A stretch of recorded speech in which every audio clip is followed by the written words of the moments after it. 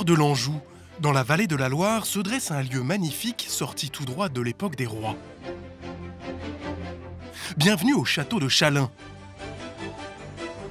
Autrefois propriété du comte et de la comtesse La Rochefoucauld, ce bijou néo-gothique né au XIXe siècle s'est aujourd'hui transformé en chambre d'hôte. Un endroit majestueux, idéal pour s'offrir un week-end de luxe en amoureux. Bonjour messieurs, dames. Bonjour. Je vais vous aider. Merci. Oh là! On va passer notre week-end ici. C'est magnifique, hein?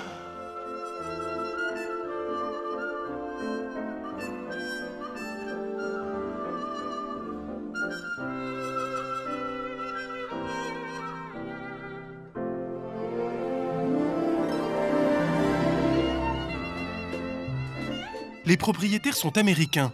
En leur absence, c'est à Fabien qu'ils confient les clés de cet endroit féerique. Un véritable honneur pour celui qui a vu sa mère et sa grand-mère travailler dans les murs du château. Je prends un réel plaisir à accueillir les hôtes, à cuisiner pour eux, à leur faire découvrir ce château que je connais depuis que je suis né. C'est une chance, quelque part, d'avoir eu l'opportunité de travailler dans ce lieu extraordinaire.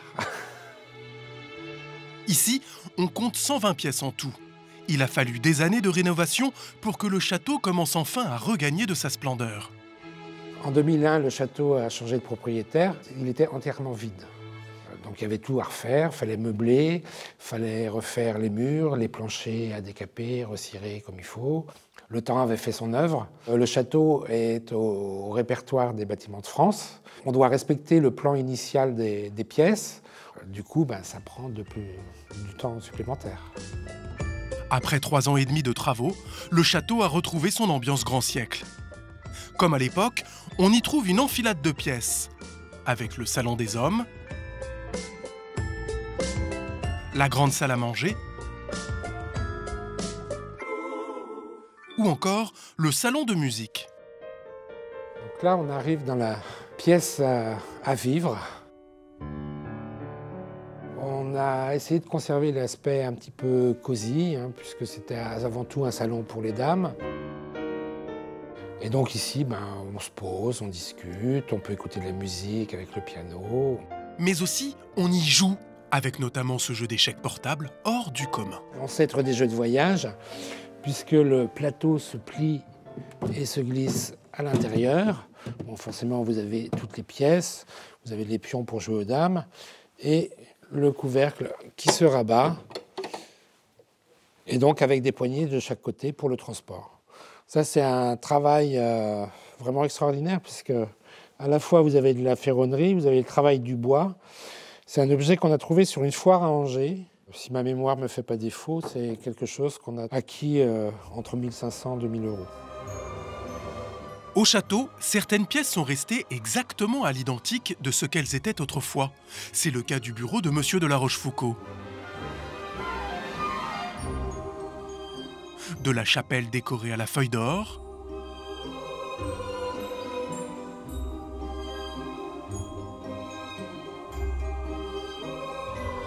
et plus fou encore, d'une chambre réservée pour le roi.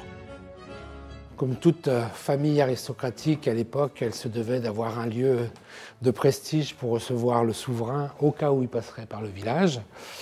Malheureusement, il n'y a jamais eu de roi ici. Cet ensemble de meubles, il a été dessiné par un ébéniste en vogue à l'époque, au milieu du 19e. Ça a été préassemblé en atelier, puis monté dans la pièce, et ça n'a jamais bougé.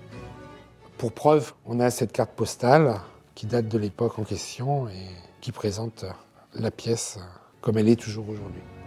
Dormir dans le lit du roi, sûrement de quoi plaire à plus d'un hôte. Alors cette chambre-ci, les gens l'affectionnent parce qu'elle est chargée d'histoire.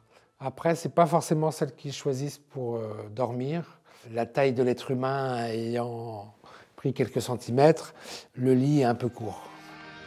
Les hôtes peuvent aussi choisir de dormir dans l'une des 5 autres chambres, dont la décoration est le fruit d'objets soigneusement chinés par Fabien. Depuis qu'il travaille ici, il s'est trouvé un but de Chine, retrouver les meubles du château dispersés au fil du temps. Dès que je ne travaille pas, en général, je chine. C'est un virus. Un virus qui l'a conduit à trouver cette torchère, petit meuble d'appoint prévu pour éclairer les pièces.